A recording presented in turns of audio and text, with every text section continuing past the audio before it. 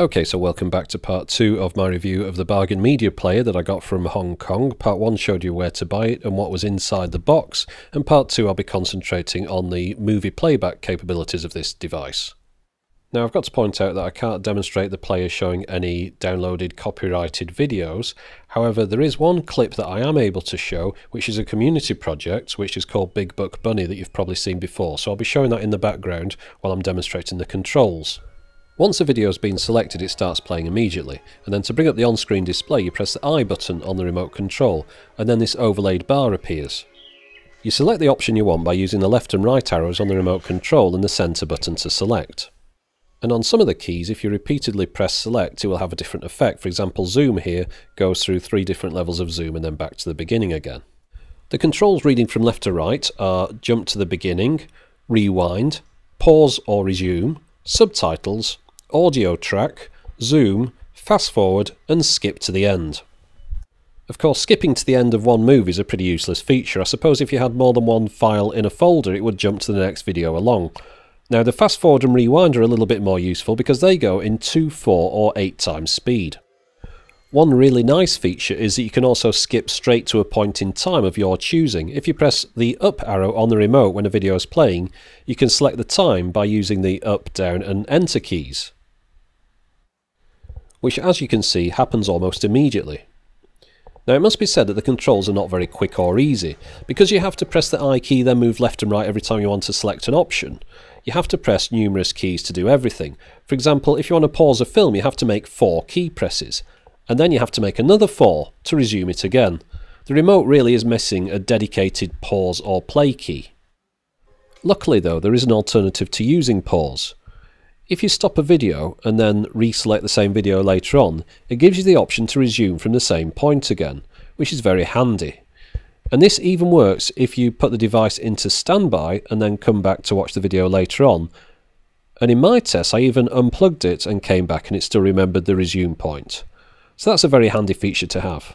Now I wanted to try the media player out with as many common video file formats as I could think of, concentrating mostly on the HD ones, although there are some standard definition ones in here as well. And it played pretty much all of them back perfectly. I say pretty much because there were a couple of exceptions. It wouldn't play WMV files at all, which isn't such a big deal to me. And if you had a folder full of VOB files off a DVD, it would play the individual VOBs, but it wouldn't recognise them as a DVD as a whole, although it will play ISOs of DVDs perfectly. And everything that did play was smooth as silk and pin sharp. If this media player has one Achilles heel, it's subtitles. It will play SRTs and SUBs, but as you see here, the SRT subtitles display with a very small thin white font and also appear very low down on the screen. And these settings can't be adjusted.